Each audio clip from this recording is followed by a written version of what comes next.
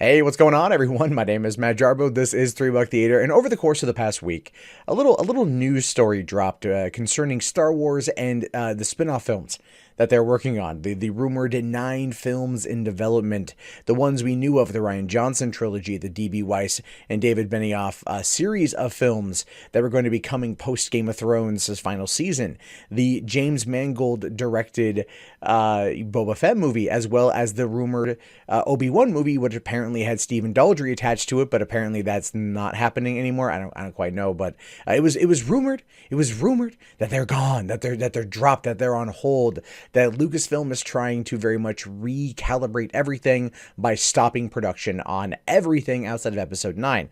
Well, according to the Hollywood Reporter here, no. They're simply licking their wounds but not halting Star Wars development. Well, that makes sense. That makes sense. I mean, if you look at it, for example, this year is 10 years since the Clone Wars. That means in 2 months, it will have been 10 years since the Clone Wars movie hit theaters. We all remember that one, right? That was a thing. That show got better over time, but that movie exists. It exists. But that being said, Lucasfilm is not going to outright stop this. Disney is not going to outright stop this. There is money to be made on Star Wars. There's a lot of money to be made, but they do need to recalibrate how they go about this. They do need to recalibrate how things are being done. And it simply is not just the movies, it's merchandising as well. Look at Star Wars Battlefront 2. The controversy that came off of that cost Disney and EA millions and millions of dollars in physical merchandise sales.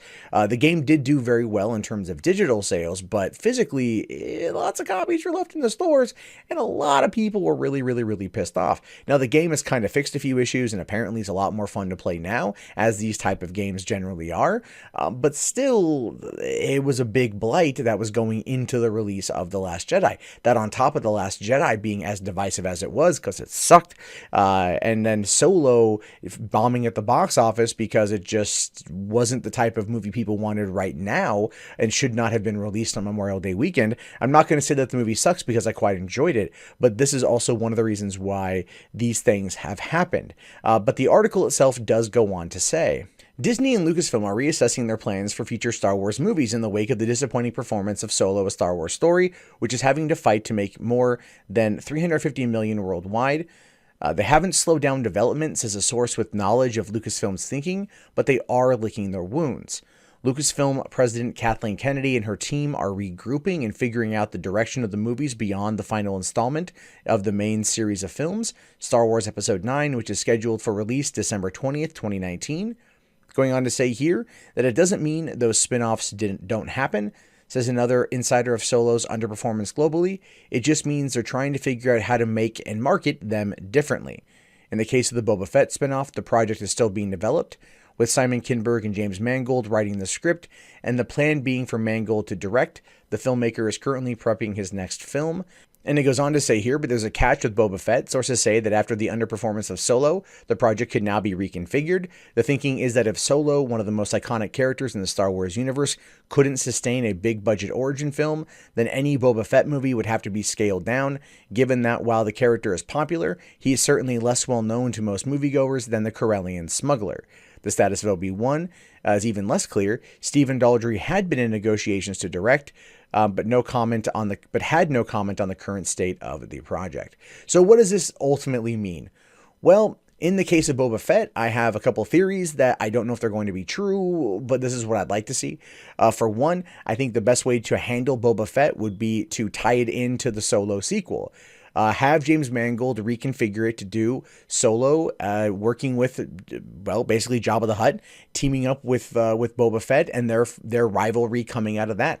Or fast-tracking Solo 2, much smaller budget, focus on a much more isolated story dealing with these characters, and then going and bringing in Boba Fett that way as an introduction, then giving him his own movie. The only way for Boba Fett and Han Solo to work is for them to have to be together. The only way Boba Fett movie could work is if it does feature a heavy presence by Han Solo in order to establish Boba Fett's disdain for Solo, why he was so why he was easily able to get Solo for Jabba the Hutt, and also working on the skills. I've argued this before, but I do stand by it. I do believe that having a dynamic between those two characters play out in a way that shows the rivalry will tie in to the events of Cloud City, of course, and also the beginning of Return of the Jedi, therefore giving us a solid conclusion to this arc, to this story arc. Now, I know it probably doesn't need to happen, but if it is going to happen and they're adamant on that happening, that's pretty much what I'd like to see. As in the case of Obi-Wan, I would love to see James Mangold do the Obi-Wan movie over a Boba Fett film, simply because I believe he can handle a Western approach, which is ultimately what Obi-Wan would need.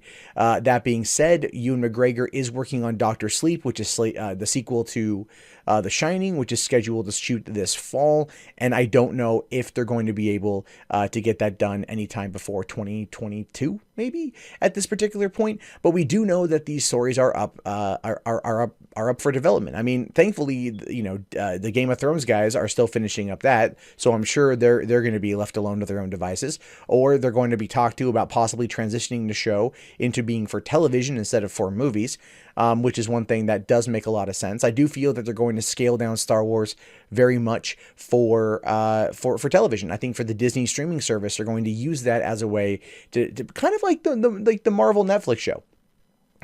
It's side stories contained within this universe, contained within these other bigger stories. And if Star Wars does the right thing, which is start to create an arc, a phase, if you will, a beginning, a middle, and an end that do take part over all of these different films, then we'll be able to get more excited for Star Wars again, to be happier with what we're seeing, and of course to definitely go in and come back to the theater, because this is what they need. Now, at the same time, if they were able to create this, if they were able to create that arc and tell it throughout a different set of films, not kind of jumping back and forth in terms of time, people don't really want that. They don't want to see a prequel that doesn't tie into where the current set of films are, right? Like, I know they tried that with The Last Jedi by having Han's dice be a thing, and then the dice being a prominent part of Solo. That was their connection.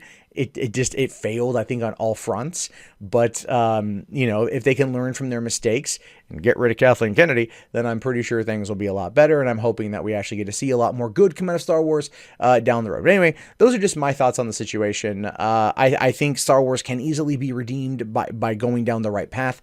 But what they need to do is they need to look at people like Kevin Feige and how he's running Marvel, and definitely make those hard choices, which could include the termination of Kathleen Kennedy, and to quote Grace Randolph, the entire story group.